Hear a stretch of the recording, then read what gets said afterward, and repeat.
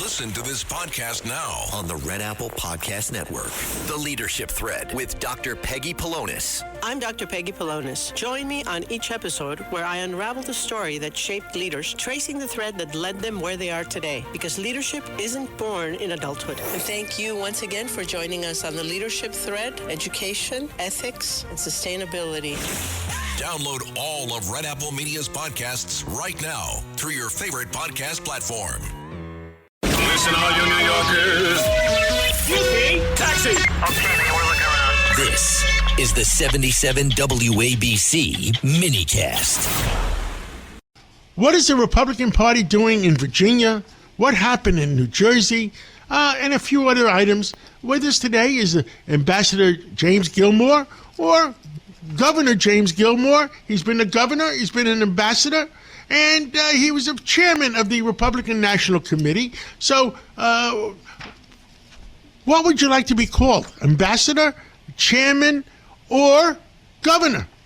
I just leave it up to people as to what they want to do. Governor, I think, may be the highest office, but I don't demand people call me anything, except maybe not names, you know. Well, I won't call you late for dinner.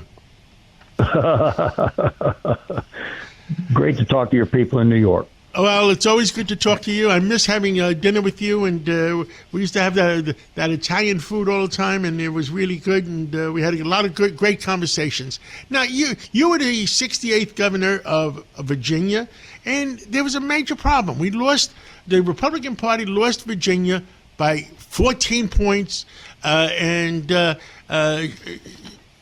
your candidate there, or the current governor there, was a former CIA person, talked about common sense, or talked about being whatever. But it turns out that she's more left-wing than not. Tell us what the heck happened in Virginia. Well, look, in Virginia, this was a wave election that occurred in Virginia. Not only did we lose the governorship, we lost both the lieutenant governor and attorney general positions, and the Democrats rode into a 2-1 majority in the House of Delegates, the lower house of our legislature. So the Democrats are firmly in control of Virginia right now and doing lots of crazy stuff. The answer to your question, though, is that in Virginia, with Northern Virginia votes around Washington, Virginia is going to go Democrat unless the statewide ticket, the statewide candidate for governor has an issue. And if you have an issue that the people of Northern Virginia and the rest of Virginia can adhere to, then the Republican can win. Youngkin won on education issues. I won on a car tax cut. There were other Republicans who have won statewide, and you can still do that.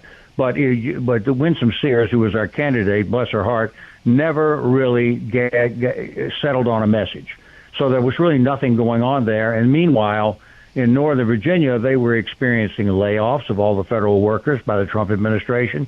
They were seeing a shutdown, which the Republicans have asserted as a Democrat shutdown, but at that time that was not persuasive.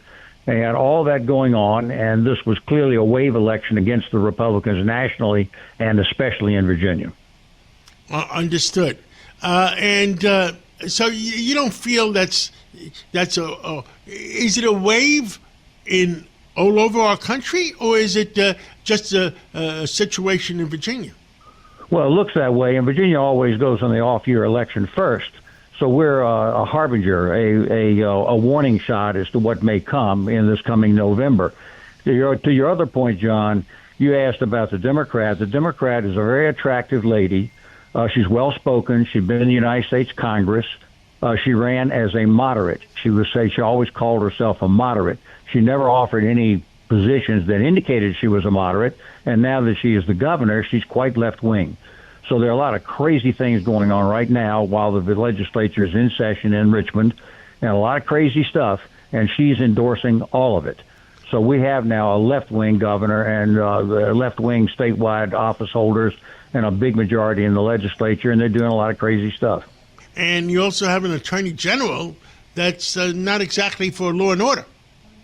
Well, yeah, he was a person who had been convicted of a number of issues, and I thought, frankly, the Republican incumbent was a shoo-in, but the once again, the entire Democratic ticket was pulled in by the 14-point disparity in the statewide race. Now, you were you were a Republican National Committee chairman, so you know the whole country. Anything in particular we should be doing now, or the Republican Party should be doing?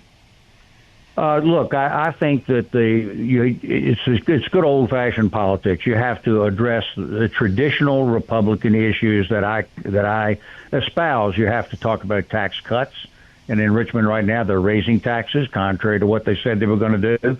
But nationwide, I think we have to talk about cutting taxes in order to put more money back in the pockets of working men and women in the country. And if you do that, and if you have good international relations, now this is not to say that we have to be subservient to allies or to other countries. In fact, I'm against that. I believe in American sovereignty. But this is a global world that we're living in. As ambassador to an organization in Vienna, Austria, with 57 countries, it came home to me. Furthermore, that organization contained both the Russians and the Ukrainians. So we now have a European war that's raging right now, which I consider to be the pivotal question for the 21st century. But Republicans can espouse the correct things here, good, solid working with our allies, good domestic policy at home, particularly on the pocketbook issues, and we can do fine. If we don't do that, I think we're going to be headed for a very bad election this coming November. Well, Ambassador James Gilmore, Governor James Gilmore, thank you so much for coming on this Sunday morning, and let's catch up again real soon. Thank you, John. I appreciate your leadership in the state of New York. Rural Americans deserve access to the best our nation has to offer, especially when it comes to health care. Across every state and every community, America's rural hospitals are the first line of defense, protecting our families, neighbors, and loved ones. No matter where you live, hospital care doesn't clock out. They're there 24 hours a day, 7 days a week, 365 days a year. Each year, America's over 5,000 hospitals care for millions of patients, providing 24/7 emergency care, delivering babies, cancer treatments, and other life-saving care that patients rely on. Behind every one of those patients are doctors, nurses, and caregivers working tirelessly to keep people healthy and safe. Hospitals are our community's lifelines. They employ our neighbors and keep our families' health. But now, some in Congress are threatening access to care. Tell Congress, protect patient care to keep America strong. Don't cut rural health care.